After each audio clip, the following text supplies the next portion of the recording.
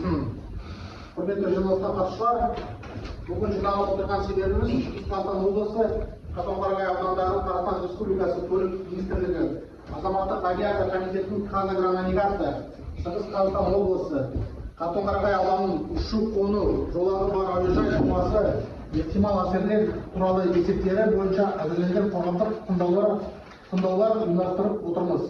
Қоғамдық тыңдаулар Қазақстан Республикасы экология кодексінің 58 және 73 баптарына сәйкес, сондай-ақ қоғамдық тыңдауларды өткізу ережелеріне сәйкес өткізетін боламыз. Қоғамдық тыңдауларды өткізу жөніндегі хабарландыру 30 күні бұрын Шығыс Қазақстан облысының табиғи ресурстар және табиғат пайдалану реттеу басқармасы интернет порталында, экология порталында, бұқаралық құралдар арқылы, яғни ақпарат Қатон-Қарағай газетімен Алтай телеарнасында жарияланған хабарландыру арқылы халыққа жеткізілді. Хабарландыруларға Қарағай және Өрнек ауылдарының хабарландыру тақталарына берілген болатын. Осы уақытқа дейін ешқандай ескертулер мен ұсыныстар келіп түскен жоқ. Қоғамдық тыңдаулар экология кодексіне және қоғамдық тыңдаулар қағидасына сәйкес өткізіледі. Қоғамдық тыңдаулар қағидасына 25 тармаққа сәйкес экология жобаға мүлде қатысы жоқ ескертпелер мен ұсыныстар ескерілмейді. Бүгінгі қоғамдық тыңдаулар ашық деп жариялаймыз және қоғамдық тыңдаулар төрағасымен Қарабалин Қосым Мұрзабекұлы Қатон-Қарағай ауданының әкімінің орынбасары енді қоғамдық тыңдауға хатшы сайлау керек. Хатшы ретінде Ақылбекова Гүлназ Семей азамат жобалау институтының өндірістік кооперативтің экология сайласа қарсылықтарыңыз бар ма, жоқ па? Жоқ. Енді жоқ болса, осы кісіге баяндама үшін сөз берейік. Саламатты құрметті жиналысқа қатысушылар, бүгін жиналып отырған себебіміз Шығыс Қазақстан облысы Қатон-Қарағай ауданындағы Қазақстан Республикасы көлік министрлігі азаматтық авиация комитетінің қазаэронавигация Шығыс Қазақстан облысы Қатон-Қарағай ауданындағы ұшу-қону жолағы бар әуежай жобасына ықтимал әсерлер туралы есептері бойынша әзірленген қоғамдық тыңдаулар ұйымдастырып отырмыз. Қоғамдық тыңдаулар Қазақстан Республикасының экологиялық кодексінің 58 және 73 баптарына сәйкес, сондай-ақ қоғамдық тыңдауларды өткізу ережелеріне сәйкес өткізетін боламыз. Қоғамдық тыңдауларды өткізу жөніндегі хабарландыру 30 күн бұрын Шығыс Қазақстан облысының табиғи ресурстар және табиғатты пайдалануды реттеу басқармасының мемлекеттік мекемесінің интернет порталында, экологиялық порталда, ndb.ecology.gov.kz порталында, бұқаралық құралдар арқылы және жергілікті әкімшілік хабарландыру тақталарында берілген болатын. Бүгінгі тыңдауда қоғамдық тыңдаулардың өткізу қағидасының 23 тармағына сәйкес қоршаған ортаға қорғау бөліміне қатысы жоқ мәселелер ескерілмейді.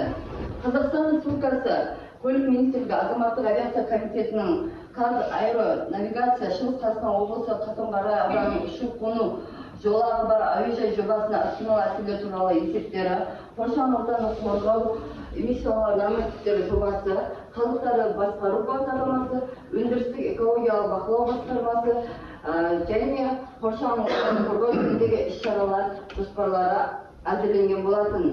Қоршаған ортаны қорғау бөліміне қатысты бөлімде атмосфералық ауаға, жер үсті, жер асты, су қорларына, жер қойнауы мен топырақ қабатына, әлеуметтік экономикалық ортаға тигізетін әсерлер қарастырылған. Әуежай осы әкімшілік жағынан Шығыс Қазақстан облысы Қатон-Қарағай ауданында Балқарағай ауылының батысына қарай 4 км жерде, Қатон-Қарағайдан 20 км және Большин-Наринский ауылынан 5 км жерде орналасқан болатын. Біздің презентациямызда орналасқан мекен-жайы, карта схемасы барлығы көрсетілген. Қоршаған осы әуежай құрылысына бөлінген алаң Қатон-Қарағай ауданында 266,4 гектарды құрайды. Басты мақсаты мен қызметі әуежайдың әуежай құрылысы Қатон-Қарағай курорттық аймағының туристік инфрақұрылымын дамыту тұжырымдамасы аясында қарастырылған. Әуежай ішкі рейстерге қызмет көрсетуге, Өскемен, Алматы, Астана бағыттарына қызмет көрсетуге арналған. Әуежай 08-26 елді мекеніне бағытталған және ұзындығы 2200 метр, ені 35 метр болатын жасанды беті асфальт жолмен жасанды ұшу-қону жолағымен жобаланған. Әуежай құрылысының болжамды басталу күні 2026 жылы 1-тоқсан болып есептелінеді. Барлығы құрылыс жұмыстарының ұзақтығы шамамен 12 айды құрайды. Әуежай пайдалануға беріледі деп, яғни шамамен 2027 жылдың 1-тоқсанында. Нысанды кейінге қалдыруға қарастырылмаған, яғни 26 жылдан бастап құрылыс жобалары басталады. Әуежай құрылысы 3 кезеңде аяқталады. Бірінші кезеңі ішкі рейстерге қызмет көрсететін әуежай құрылысын, яғни Г класты аэродром. Екінші кезең халықаралық рейстерге қызмет көрсететін әуежайдың Б класты аэродромы. Үшінші кезеңі Қазаэронавигация бақылау өткізу пункті ғимаратының құрылысы, мұнарасы құрылысы.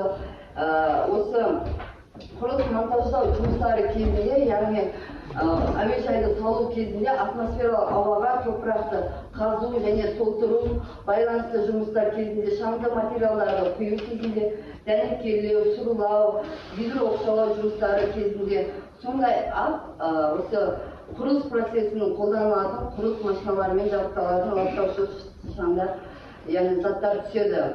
Осы құрылыс монтаж жұмыстары кезінде атмосфералық ауаға әсері негізгі ластаушы көздері битум қазандығы, ішкі жану қозғалтқышы бар жылжымалы компрессор, жылжымалы электр станциясы, дизельді қозғалтқышы бар жылжымалы дәнекерлеу аппараттары, құрылыс алаңы, шаңды материалдарды құю кезіндегі шығарындыларды есептеу, дәнекерлеу жұмыстары кезіндегі шығарындылар, газ оттығы, кескіндеме жұмыстарының шығарындылары, ұнтақтау, тас кесу, ою жұмыстары кезінде пайда болатын ластаушы заттардың атмосфераға шығарындыларын есептеу, асфальт төсеу, құрылыс қалдықтарын тиеу кезіндегі шығарындыларды есептеу, құрылыс техникасы мен көліктерді шығаратын шығарындылар.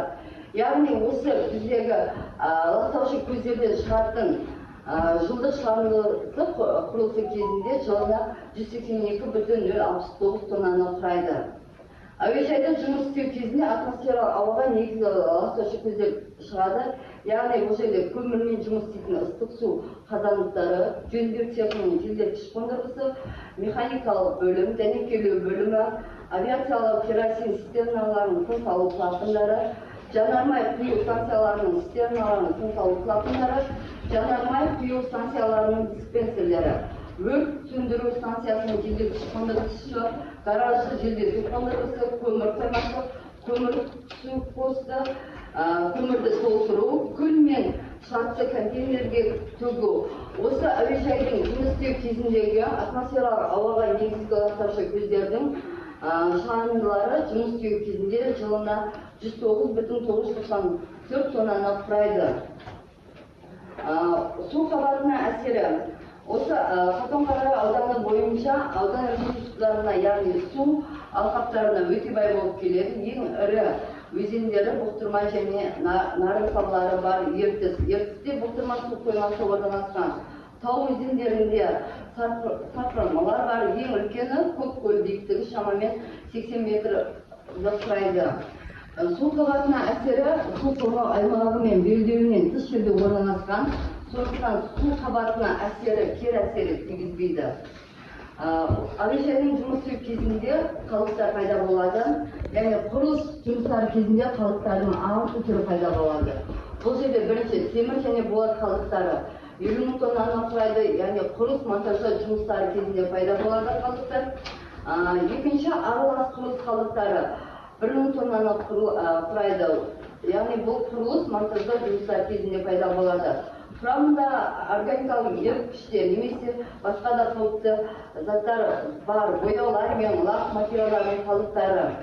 Бұл жерде 5,250 тоннаны құрайды. Яғни бұл металдарды бояу, лактеу арқылы кейде пайда болатын қалдықтардың түрлері. Дәнекерлеу қалдықтары қалдықтары жылына бұл 2,4 тоннаны құрайды. Дәнекерлеу жұмыстары кезінде пайда болады. Яғни электрод түсіктерінің қалдықтары шығады. Сүрту шүберектері 3,175 тоннаны құрайды.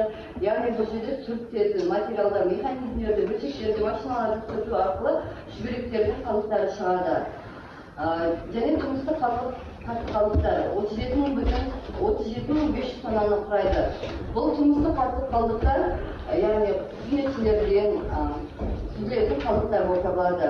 Қатты тұрмыстық қалдықтар, шүберектер, дәнекерлеу қалдықтары барлығы арнайы мамандандырылған үймен келісімшарт арқылы тасымалданады, яғни арнайы контейнерлерде сақталынады.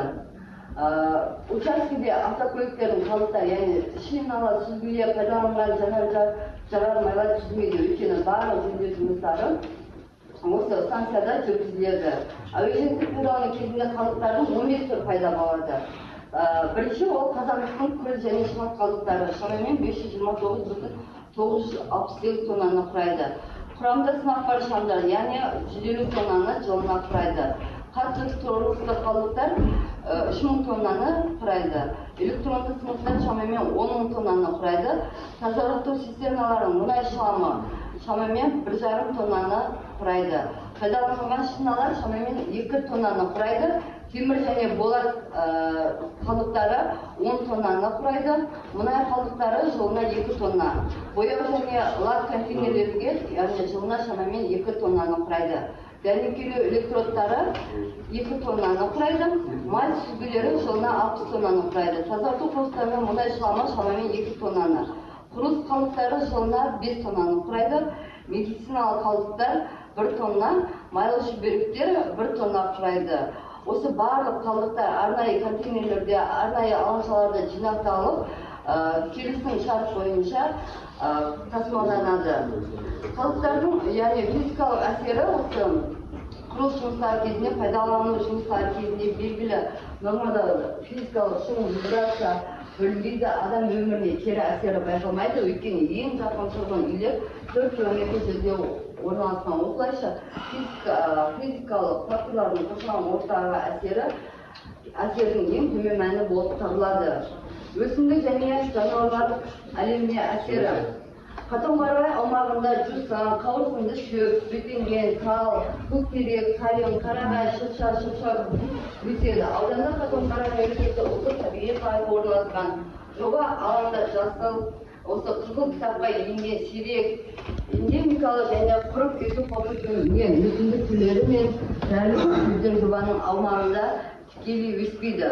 Қатон-қарағай территориясында қасқыр, түлкі, қоңыр, аю, борсық, марал, елік мекендейді. Осы кепкіл, тоғай, шықалар да кездеседі. Жобаланған нысанның әсер ету аймағында жабайы жануарлар сирек кездеседі, немесе жойылып кету қаупі төнген қызыл кітапқа енгізілген туралы жоқ. Құрылыс жүргізілетін аумақта жануарлардың көшу жолдары жоқ. Учаскеде мемлекеттік орман қоры жерлер немесе ерекше қорғалатын табиғи аумақтар жоқ.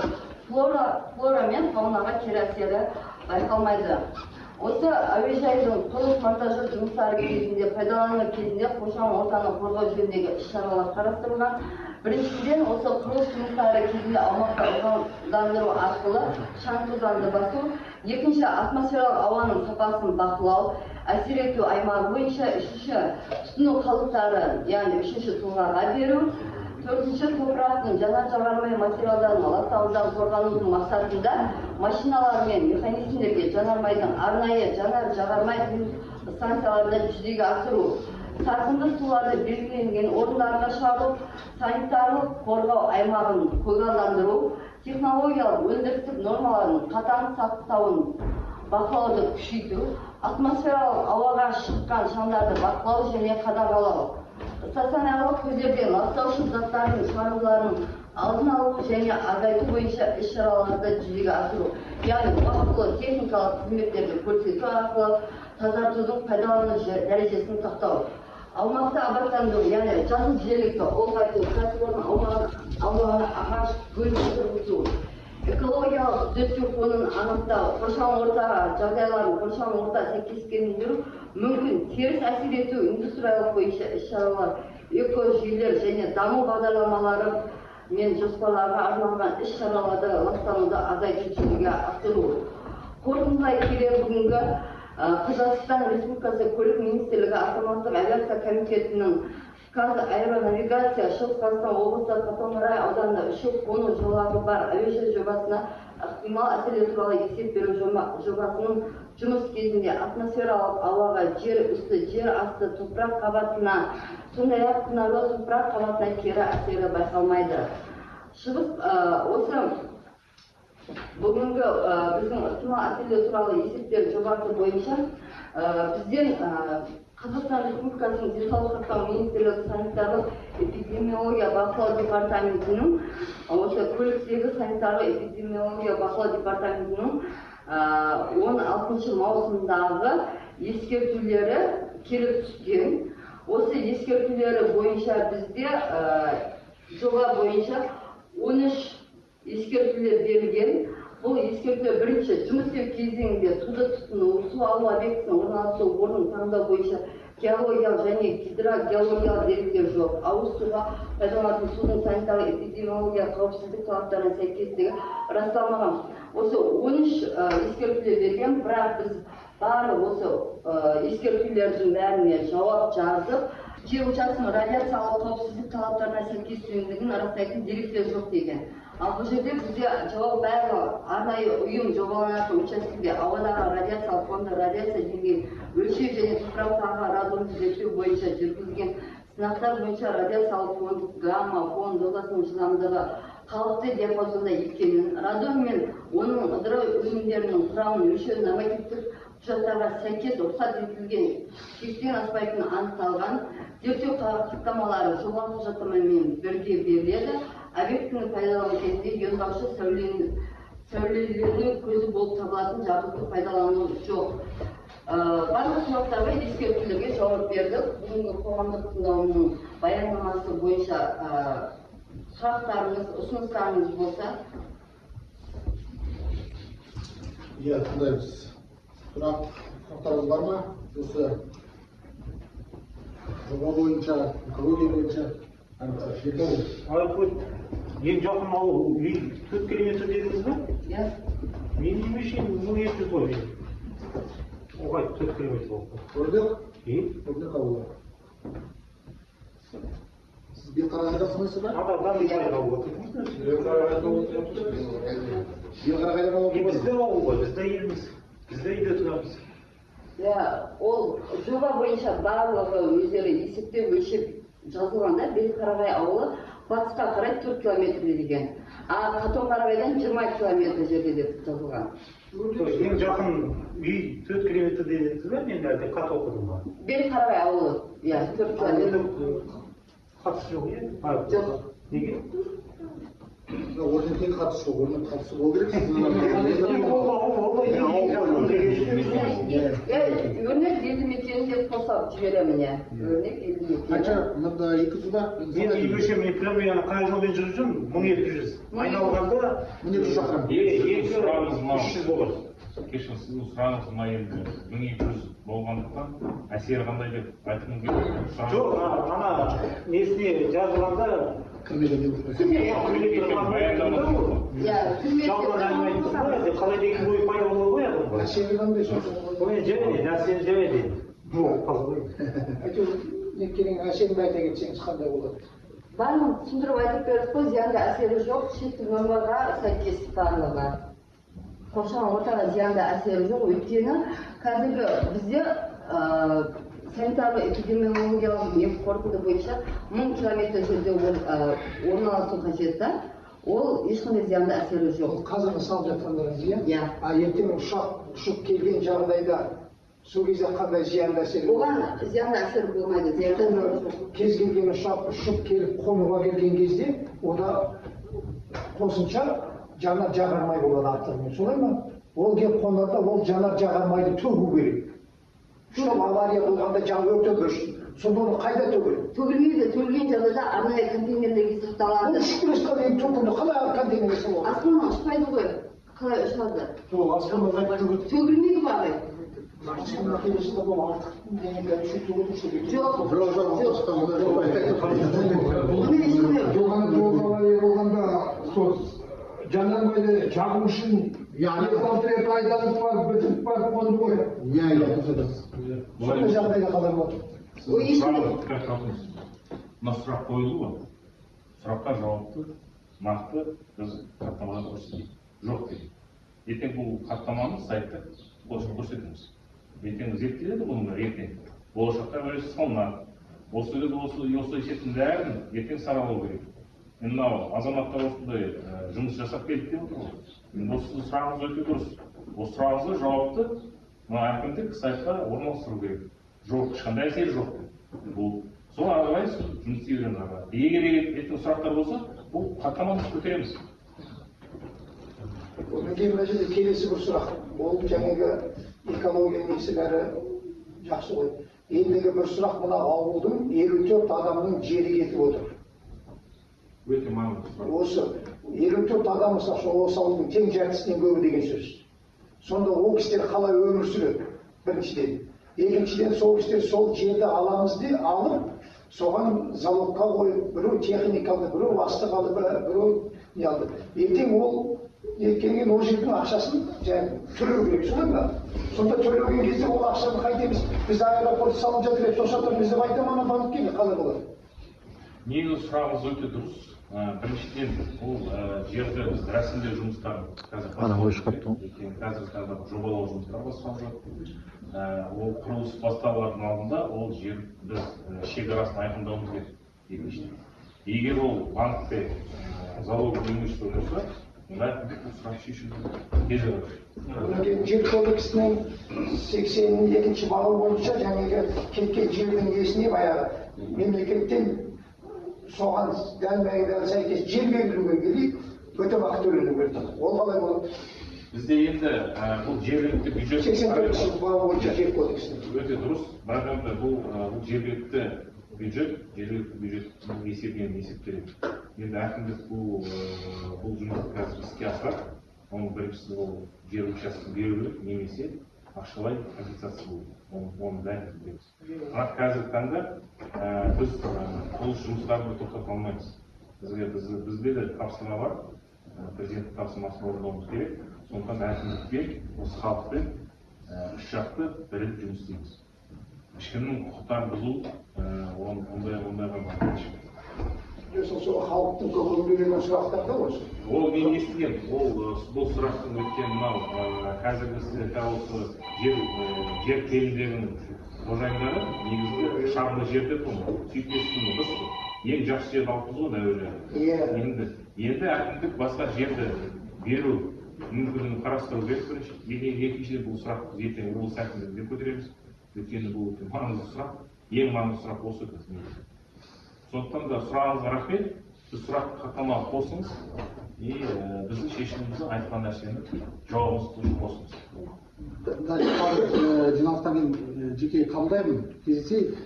Сондықтан біз жер мәселесі бойынша сұрақтарымыз болса, мен қазір осы иелері бар ғой, жердің иелері. Жақсы. Соны жиналыстан кейін жеке қабылдаймыз. Қазір экология бойынша сұрақтарыңыз бар ма? Экология бойынша. Енді сұрақтарыңыз болмаса, халыққа дейін. Осы ауылдағы енді халықтар енді сіздер жүргізген әуежай шаруашылығы, үлкен шаруашылық қой, ол дұрыс та бір есепте. Енді бұл зияны жаңа өздеріңіз айтып отырсыздар. Мәлім дәрежеде енді ол экологияға осыны тиеді. Енді бұның басқасын айтпағанда, бұл жердің халқы басқа жұмыспен отырған жоқ, мал шаруашылығымен отыр. Сіздердің жаңағы айтқандай мал шаруашылықта енді малды мысалы бағудың бәрінде ол түрде қысқару керек те, ол ешкім әзір бұрынғыдай мал баға алмайды. Сол үшін бұл халыққа сіздерден қалай жақсырақ көмектеріңіз бар. Мысалы әуежайдың енді кірісін білмейміз, енді кімнен кіреді, қалай кіреді, мемлекеттікі ма, ол жекенікі ма кіріс. Сол үшін мына әуежайдың жаңағы 1% ауылға халыққа мысалы енді бір көтерме ретінде жаңағы малды енді бәрібір баға алмайды ғой. Бұл шыны керек, мына жақта ұшақ ұшып жатса, мына жақта қалың транспортшы ешкім істелмей, енді бізде басқа қабілетіміз жоқ, басқа оқыған біліміміз жоқ былай айтқанда. Басқа жерге сіз айтпақшы дұрыс жұмысқа тұрамыз. Сол жаңағы бір халық мәселені жанбағып отырмыз да. Енді сол малды бұл жалпы бұл жерде мысалы дамыған мемлекеттерде осындай шұғыл бір бұйрықтар президенттен келеді ғой. Бірақ сол районға келген үшін сол жердің халқына жылдық соның кірісінен мысалы пайызына халыққа шығарып береді. Біз баяғыда Қытайда болған бір жан санына осындай ауылды мысалы жаңағы туризммен аэропортпен алған үшін сол жердің мысалы өрлеу осы екі ауыл ғой негізі қазір мал шаруашылығына шұғылданып қыс алып отырған осы ауылдың маңайда біраз фермалар бар. Осылар негізінен қыс алып отырған ауыл. Осыларға мысалы жаңағы кірісті бірдеңе пайызына береді. Сол кезде енді біз бір білгенімізде бір жан санына жылына миллионға тақап ақша береді бір жан санына, бір адамға. Бірақ сол үшін біз шартты түрде малымызды бұл жерге әкелмейміз. Кішкене саяхат азайтуға әкелуге болады мысалы қыста. Сондай жағынан біздің енді жалпы бұл халықтың қазіргі жан бағыс күнкөрісі осы жерде тұрғаны ғой. Оған жеке меншік компания салса төлейді, үкімет салса төлемейді. Үкімет енді наоборот үкімет төлеу керек қой. Үкіметке біздің енді Олар мемлекет бюджеттен салынып жатқан. Сосын мен аға бұл жерде нағыз үлкен жағынан айтып айтқанда мына біздің халықта да бір шама обал. Енді соншама қыс ұзақ жер, соншама жерде тұрды. Шынын айтқанда әлгі Ақбілектің күшімен, Ақнайзенің күшімен ұстаған ата бабамыздың жерін осы халық қорғады. Шынын айтқанда біздің әскерлер, нелерге енді оны қорғай алмайды. Ашық айтқанда қай мемлекет болсын екі жағымызда екі алпауыт отыр мысалы. Олардың әскерімен біз одан қорғаныс ала алмаймыз. Халықтың қорғанысы. Осы алған халықтың осыншама еңбектері бар. Мысалы мен өз басым айтайын. Бізге Шымкенттен бір баланы алып келіп айына 1 миллион төлесе, осы жерде ешкім қорғаныста әскерге тұрмайды. Осы бүткіл қорғаныста тұрған осыншама халықтың көзқарасын мысалы енді осының еңбек күшін маңдай терін енді дұрыстау бағалау керек деп ойлаймын да өзім болғаннан. Оның сіздер билікте болғаннан кейін оның ар жағын өздеріңіз білесіздер. Бірақ оның бәрін бір алламен арыздан жігітті рух біледі. Ол елін жерін сүйген жігіт болса, мына осыншама халық елін жерін сүйіп осы ақтар көкмызда өмір сүрді. Шын айтқанда бізде 2 ай ғана үйде от жақпаймыз, әлі шорт кимейміз, тәбішке кимейміз аяғымызға. Осыншама суық районда енді қызықты бір өмірлік махаббаты жердің несі болғаннан туып өскен жерде халық отырды қалды ғой. Осыншама бостандық, осынша жақсы жерді қоршап беріп, мысалы қазір мемлекетімізде күшіне жарауына да енді аяғынан айырылып тұрған мемлекет барлығын білесіздер. Осының бәрі шын айтқанда халықтың күшімен қалған дүние ғой. Ең қалған дүние болғанда баяғыда не анау тойыпке не мынау тойыпке кететін жер. Сол үшін мына халықтың жағдайын дұрыстау ескеру керек бұл жерден. Бізде негізінен мал шаруашылықпен жүреді, бізде шын айтайық басқа кірісіміз жоқ бұл жерде. Мен заманша кетейін, біздің жанымызда қазір мәслихат міндет атқарушы басшысы отыр, Самат Сәлешке. Негізінде мынау сұрағыңыз өте маңызды сұрақ. Бірақ енді негізінде әуежай салу барысында бізде 300-ге жуық жұмыс орындары ашылды. Ол бойынша біз кеше ғана облыс әкімдігінде жиналыс өткізілді, облыс әкімінің орынбасарымен. Онда негізінде мамандықтар, көп мамандықтардың мысалы 1 ай уақытысында белгілі азаматтардың тізімін алып, мына әуежайдың басшысына енгізіңіз. Негізіне келгенде осы ауылдың азаматтар жұмысқа кіріп жатса, ол әуежайға да жақсы. Өйткені шет басқа облыстан келген азаматтарға үй табу керек. Оның айлығы бар. Оған ары-бері тасымалдайтын көлік керек. Сондықтан да осы Қатон-Қарағай, Бел-Қарағай, Өрнек ауылының азаматтарын, осы жерде жұмысқа қабілетті бар азаматтарды жұмысқа қабылдау мүмкіндігін шешу керекпіз. Ең бастысы ол енді мал шаруашылығы ол енді бар болмақ. Бірақ мынау қазіргі таңда енді мынау әуежай саламыз деп бұл негізіне келгенде қызмет көрсету саласын көтереміз, туризмді көтереміз. Айналып келгенде бізде қазіргі таңда өкінішке орай мынау осы Қазақстанның бүкіл түкпірінен келген азаматтар теледидардан көре аламыз Қатонның табиғатын, бірақ көбісі осы жерді көре алмайды. Енді бір 20-30% ғана келіп мәшинемен келетін шығар, бірақ енді 70-ге жуық пайыз келе алмайды халықтың. Өйткені бұл жерде жолының өзі ауыр, келу жолы. Сондықтан да бұл жерге әуежай ашылса, бұл жерде де кәсіпкерлікте дамиды ғой. Ол жағды ұмытпаңыздар, ағайын. Сондықтан да мына тізімді беріңіздер әуежайға. Қазір осымен жұмыс істейік біз қазір. Енді екінші сұрақ, компенсация дейді ғой. Бұл сұрақ өте орынды сұрақ. Оны біз әкімдік, облыстық әкімдік деңгейінде бұл жұмысты жалғастыруымыз керек.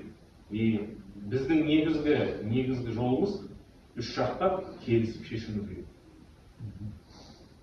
Бұл жерде бір-бірімізбен мынау дұрыс, анау дұрыс емес. егер бұл жерде әуежай салу керек болса біз оны саламыз, бірақ ешкімнің құқығын бұзып салмауымыз керек. Міндетіміз осы. Бәріміз бір ауыздан қолдап осы жұмысты жалғастырайық. Осыған шақырамын. Сұрақтарыңыз бар ма? Елестер? Жақсы болды. Сұрақтар болмаса онда бүгінгі Қазақстан Республикасы Көлік Министрлігі Азаматтық авиация комитетінің Қазагронавигация Шығыс Қазақстан облысы Қатон-Қарағай ауданының ұшу-қону жолағы бар әуежай жобасы ықтимал әсерлер туралы есеп беру жобасы бойынша қарсылық бар ма? Қарсылық жоқ, иә. Қарсылық жоқ болса, немесе онда осымен жабайық. Қатысқандарыңыз үшін рахмет.